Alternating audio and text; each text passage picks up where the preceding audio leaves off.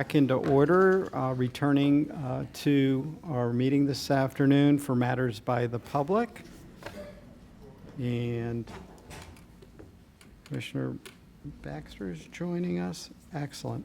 Okay, so everybody will receive 3 minutes to speak, and you're welcome to speak on whatever topic of interest to you, and we are here to listen. So with that, I'd like to invite Diana Maria Rojas Ortiz to one microphone, and to the other microphone, it looks like it's Christine Campbell. Campbell, okay. So is Diana Maria Rojas Ortiz here? No, okay. So go ahead, Ms. Campbell, and we'll, wherever's convenient. Yeah, okay. And we'll come back to. Do I have to push any buttons? Nope. Okay. I wear hearing aids, so if I'm either too loud or too soft, I won't know. Okay. I live in Boynton Beach. I'm retired. For the record, I also worked for the city of Lake Worth before I retired, and I did county grants with the city and the county. I'm here today because I wanted to say I absolutely love the libraries. I have since I have been a child. And in case you don't know, we have 18 libraries around the county with all different types of activities. Depending on the populace, they have everything set up for each area of the community. Can't think of the right word. Anyway, recently, I had the opportunity with the Lantana Library to get someone to help me with a new smartphone that I was having trouble with. And I used to make a list of the questions, made an appointment, and I would go in and meet with the lady once a week, and she helped me. I had 3 one-hour sessions on my smartphone that I couldn't operate. At the same time, I also attended that week a meeting to do with the county fire department, how to operate and maintain a fire extinguisher in your home. I also take out lots of books. I've volunteered in the libraries.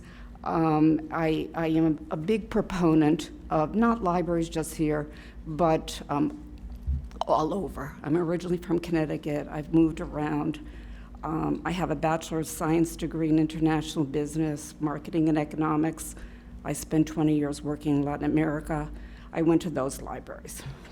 I'm here today because I had a concerning experience the last time I was in the Lantana Library. I was waiting to give the lady that helped me a little thank you gift with chocolates. And I happened to be looking at the banned book list at the same time, and surprised to see some of the books that are on it. But 2 women walked in behind me, and one said to the other, in a sinister way, "This place is evil and sin, and we are taking it down." I did not turn around to see the people. I did not confront anybody, and I didn't say anything. But after a while, this happened probably in September, early October. But then what has happened since, with all the publicity in the news to do with teachers and to do with now librarians, that should they give out the wrong book, where they're looking at, the state is looking at a law to lock up these people, which are predominantly women, I just felt it was my time that I wanted to speak up and say, the libraries are fabulous. There's nobody at the front door being a groomer. You go in. If you want help, they will help you. If you want to just, oops, my time's up. Yeah, if you can just wrap up, thank you. Anyway, I just would like you to support the libraries, also maybe even look at the security a little bit. Well, thank you. Thank you. Thank you. Thank you very much. Thanks for coming and sharing your thoughts with us. All right. Next is Matthew Reinberger, and will be followed by Mary Beth Creighton. Oh, good. Go ahead. Okay. Good afternoon. I'm here today on behalf of Septic Sucks, a citizen-led effort calling on state and county elected officials to address the septic systems that are ruining our water. Clean water is one of the top issues in our state. Each year we continue to be plagued by algae and red tide. The science has not changed, and we have known for a long time that septic tanks are the leading cause of pollutants in our waterways. For more than a decade, the state of Florida, university studies, and common sense has told us that septic tanks are harmful, causing algal blooms, killing seagrass, and not to mention the danger to human health. If we want to stop algae and red tide, then septic tanks must be addressed. We can't continue delaying, and it must take priority. Septic tanks are especially vulnerable during large storms, such as two hurricanes, Hurricanes Ian and Nicole, that hammered the state last year. In 2016, the Florida legislature passed the Florida Springs Protection Act, and in 2021, the Clean Waterways Act. Governor DeSantis stood strong on this issue and allocated $114 million to clean up septic, but local governments have failed to act, and as our state continues to grow, new septic tanks continue to be installed. Florida has an estimated over 2.7 million septic tanks, with Palm Beach County alone accounting for 81,941 of those that we know about since that was from 2019. A lawsuit against FDEP brought by the Bear Warriors United has been filed over septic tanks leaking so much pollution that they are killing manatees. As a group of concerned citizens, we are calling on state and county officials to act. We call upon the Florida Department of Health and the Department of Environmental Protection under Chapter 64E6 of the Florida Administrative Code to halt permitting on any new septic tank systems. Develop a plan to have all existing septics either upgraded to include nutrient removal technology or converted to central sewer by 2030. And support Governor DeSantis in the expansion of the Clean Waterways Act as a way to ultimately upgrade our water treatment plants and remove all traditional septic systems. Thank you for your time. Thank you very much, sir. Mary Beth Creighton, and Mary Beth will be followed by Mr. Timothy Glass. Thank you for your time today. My name is Mary Beth Creighton. I live in Boynton Beach, but my son lived in West Palm Beach, District 7. I'm a green bean mother because our son lost his life accidentally to fentanyl poisoning, the #1 cause of death for age 18 to 45. Fentanyl doesn't discriminate. Zach was a beautiful soul, a productive member of society. He worked hard as an appliance tech. He paid his rent, paid off his car. He loved to do cars and coffee in West Palm Beach, the Drive Shack, the beach. He loved dogs. He had certifications and his AA degree. He was so much more than a statistic, and he's one of the faces of the tens of thousands of Americans that are dying every year due to fentanyl poisoning. And as you know, children are even dying because of rainbow fentanyl, which is a fentanyl that looks like candy. So when I heard, there's over 280 people dying every day in our country of fentanyl poisoning, I thought, that's a plane crash. Can you imagine if a plane crashed every day, the outcry that we would hear, right? The demand for investigation and action. I do appreciate that Palm Beach County has taken a proactive approach. They have their fentanyl opioid task force. But I do wonder, how many lives do we have to be lost before fentanyl is declared a national health emergency? Yes, we need to continue focus on treatment, education, and prevention, but I feel like we need an emergency response, maybe a fentanyl division, a community task force. I'd be happy to participate and assist the county in any further endeavors. I feel like there should be daily PSAs, that the health department should be involved, and there should be, local media, national media that's blurting out the lethality of this fentanyl. And also on a state and federal level, of course, we need change. I was happy to talk with Senator Polsky, and I will be testifying in Tallahassee next week to support the fentanyl testing strip bill. Our other sons, emergency room physician and a sheriff's deputy, they support this bill. This is all hands on deck. We should not be stigmatizing. We should be looking at all approaches to stop this carnage and be open-minded about those approaches. I've also talked with the congressmen for this district, Congressman Mass' office with his legislative aide and with his constituent services person to look at federal legislation and some other awareness opportunities. It would be great to see law enforcement have a fentanyl strike force as well. So I know that people are trying. I know that people care. But I just wanted to bring this situation to your attention once more, personally, of course, because of the loss of my beloved son. But I feel like this is an emergency, and if there could be some emergency action, I would love to be part of that. And I thank you so much for your time. Thank you, Mrs. Creighton, and our condolences on the loss of your son. Thank you. All right, Timothy Glass, followed by Drew Martin. Hi, good afternoon. Thank you for your time. I'm here with my client, Ms. Begum Ahmed, and her son, Tanvir Baghed. And we're here today to ask the commissioners to vote to release or otherwise assist us in getting a couple of code enforcement liens and violations greatly reduced, or preferably completely released.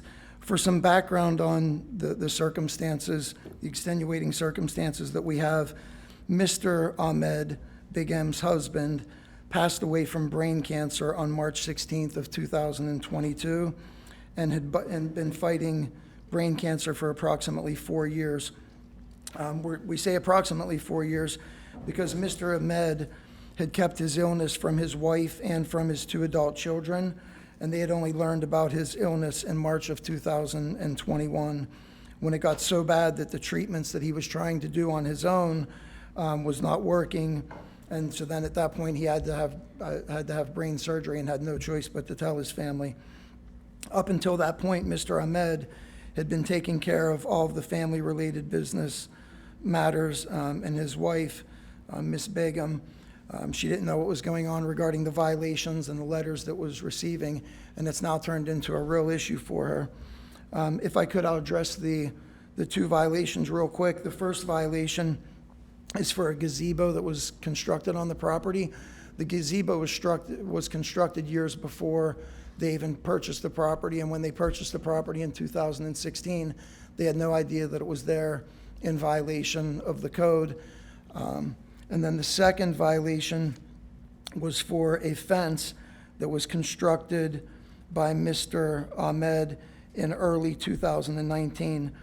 And regarding the fence, we can only speculate that because he's not here for us to ask, but we can only speculate that he either didn't know that he needed a permit, or because of his condition of having brain cancer, he just wasn't thinking straight. And where we're at today is that the violations on the property total around $120,000 or so. And Ms. Ahmed was left with no life insurance.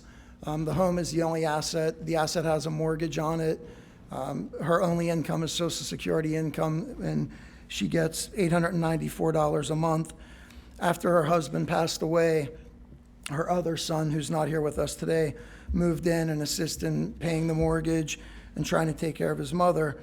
But she's in a really dire situation right now, and that's why she wanted to come today and have me speak on her behalf. She doesn't speak much English at all, so she wanted me to speak on her behalf and see if there's anything that the board can do, either directly or if there's individuals that the board can reach out to in assisting us to have these code fines released from her property. The county administrator is going to go ahead and speak. We're aware of this particular case, and staff, Sherry, staff has facts on it. We have a process, as you well know, that we bring to the board. We try to reduce these fines as much as possible, going through our process so people are somewhat treated fairly and the same. And so I'm going to ask if they would not mind continuing to work with OFMB, and then we will bring a recommendation to this board, and then the board can decide to either take our recommendation or do whatever you deem appropriate at that time. But we will continue to work with the family. We understand the situation, but there is a process that we need to work through. Okay. Are you aware of that, Counselor? I am, and we have been working with them for the last week or two. We just haven't got the result that we're hoping for. But we will continue to do so. As I like to say, the wheels of government sometimes turn a lot slower than most of us would like. But Sounds like and we, have seen these types of situations. It's not unusual to see substantial reduction. It's really about bringing the property into compliance is what. It is it is and has Then been you for some time. you shouldn't have any problem negotiating with Right. with our staff. But Okay. staff is over there and happy to, I'm sure, help you, speak to you directly. And then Commissioner Baxter, you're recognized. Thank you, Mayor. I just wanted to ask if staff could provide me with what has happened currently and where it all stands and what direction we're heading. I'd appreciate it. If I may, I've also prepared sort of some information and facts to back up, like including the death certificate that, shows the cause of death and the mortgage statement, all various things. So I've Appreciate it. made a packet, plenty for everyone. Thank you. Thank you. Okay, we'll review that. Thank you, and staff standing by to speak with you. All right, thank you. Okay. We have, Mayor, just one. oh, Can we find out whose district is this in? Do we know? It's on, the property's located West Boynton off of 441. I believe it's, Commissioner Sachs? I believe Miss Sachs, yes. All Okay, so if you can work with Commissioner Sachs' office also. Thank you. right, thank you. thank you. All right, we have Drew Martin, and then we'll have Diana Maria Rojas Ortiz. Drew Martin, I'm here on behalf of the Bucks Edge Sierra Club. Nice to see you all. Always a pleasure. I want to speak today about the energy bills for Palm Beach County, and particularly the air conditioning, which today is actually pretty comfortable. I only had to wear one jacket. Appreciate that. I was in Vista Center this week. It was absolutely freezing cold, and then when I was here last week, it was extremely cold. I had to wear two jackets, and I don't see Commissioner Marino, who's my ally on the cold temperatures. This time of year, and I understand, I have talked to Virginia Baker, so I know that the reasoning behind this has to do with mold, but this time of year, there's very little humidity, so the county offices shouldn't have to be so cold. And there's also other types of equipment that reduces humidity in buildings, such as dehumidifiers, which I think are less expensive. So, I just would like to see the county really reduce the amount of air conditioning, because when you multiply this over all the county buildings, it's pretty significant. The other thing is that if you run air conditioning 24 hours a day, county buildings, with the exception of the fire and police or sheriff, are, they're closed at night. So you shouldn't need to be running the same amount of air conditioning. Now, there's a lot of really modern air conditioning now that's on artificial intelligence, and it monitors the temperature, so you should be able to, greatly reduce your air conditioning bills. The other thing you could do is put solar, some rooftop solar, since the majority of your air conditioning bills have to do with, majority of your electric bills have to do with air conditioning. If you had rooftop solar, which runs in the afternoon, that would be, subsidizing that, reducing your expenses. The cost of that is coming down. So we just really encourage you to try to make the buildings just more comfortable. I know there's one or two people that are always hot, and those people want to be really cold, like 65, 62 degrees. But I don't think for the 1 in 1,000 person that needs 62 degrees year round, that every building should be at that temperature. The building should be what's comfortable. And I know a lot of people, and I know particularly women, complain about air conditioning being really cold. So I know there are a lot of allies out there that would like to see it improved. I also want to sympathize with the Bear Warrior, and I see he left. The Sierra Club is concerned about septic and algae pollution, and we appreciate his efforts on the behalf of the environment. Thank you very much for your time. Thank you, Mr. Martin. All right, Diana Maria Rojas Ortiz. Good afternoon. Good afternoon. I don't want to take too much more of your time. I just wanted to say that I'm speaking on behalf of line item for the library N2. It looks like the Board of County Commissioners on February 1st of this year decided to write off all uncollectible loss and damaged materials that were dated prior to October 1st, 2016.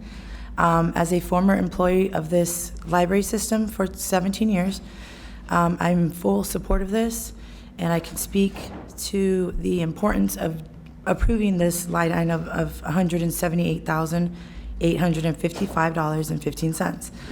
Why? Because if we're going to be working with a diverse community, which is Palm Beach County, we also have to take into consideration that we're working with special populations, and that can include transient. It can include children that are living with group homes. It could include children that are engaged in custodial issues with mom and dad.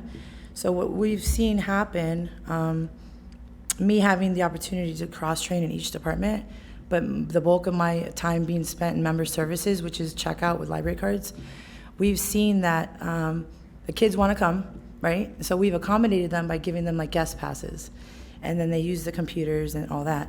But they want to take home books, right? And there's a barrier because typically an adult is responsible for the library card fines. And children, you know, you can't tell mom and dad, pay my fines. So if this is approved, which I assume it will be, just know that you're going to make a very huge difference in the life of our little leaders. And you're going to welcome back, it looks like 3,670 users. Hopefully nobody has perished. But if they have, then maybe the people that we're welcoming back will bring their new friends or maybe like other buddies or whatever. And finally, it's also going to be in line with the school district of Palm Beach County's approach to providing free meals to every student, regardless of need. So it's just going to continue to show that Palm Beach County is very consistent and very determined in meeting the needs of all of their children and their students, and furthermore, the future leaders of America, as cliche as that sounds.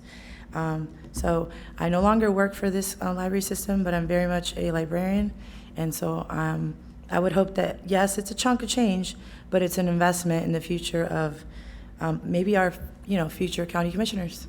So thank you for your time. Thank you, Ms. Ortiz. All right, that's the last of our cards. We have one written communication. This comes from Mr. James Gamble. His message is, I have been thrown out without due process and all of my belongings have been taken from me. My clothes, art, food, computers, etc. are gone. The landlord, who isn't even the landlord, broke into my place with a locksmith a day after Thanksgiving. I have been out on my own with none of my belongings, not even my toothbrush. The sheriff's department doesn't want to do anything as they call it a civil matter, even though it can be proven that the landlord made multiple false police reports and statements. They say they don't have time to investigate. I would ask that you try to correct these wrongs which should have never existed, and I would necessarily be in this situation, and that you protect the public from unscrupulous and predatory landlords like this. Maybe can we get somebody from Community Services to follow up with Mr. Gamble? Thank you. All right, with that, sorry, Commissioner Bernard. Thank you, Mr. Mayor. Since I had opened up the Pandora's box regarding the licensing agreement for the North County block, can we bring Isami if she can give us an update in regards to UF, please? Good afternoon again. Ismi Ayala, Director of Facilities Development and Operations. We are currently working with the University of Florida in the due diligence process. They are in the process of reviewing the property before issuing notice under the development and conveyance agreement that they want to move forward with development. And on that topic, we received today a request from the University of Florida to extend the term under Section 9.4 of the Development and Conveyance Agreement. That section provides that they will have 180 days after the effective date of the contract, that is when it was approved, to complete the due diligence period. They submitted a request today to extend that period for 90 days, so we would like to bring that for consideration. So, do you need a, do you need a motion or how, Yes. this direction? We would need a motion to extend this particular section of the agreement for 90 days beyond 180 days. To extend the due diligence period under Section 9.4 of the Development and Conveyance Agreement to 270 days. Right now it's 180. So the motion would be I make a motion to extend the due diligence period from 180 days to 270 days Under Section 9.4. under Section 9.4. Seconded. So we have a motion from Commissioner Bernard, a second by Commissioner Baxter. Any further discussion on this item? Seeing none, all in favor, all opposed. That motion carries 5-0 with Vice Mayor Sachs and Commissioner Marino absent. Okay. Anything else, sir? Okay. All right. We're at the end of the cards. I don't see anything else. We had commissioner comments earlier. Is there anything else anybody needs at this time? If not, this meeting is adjourned. Have a great day.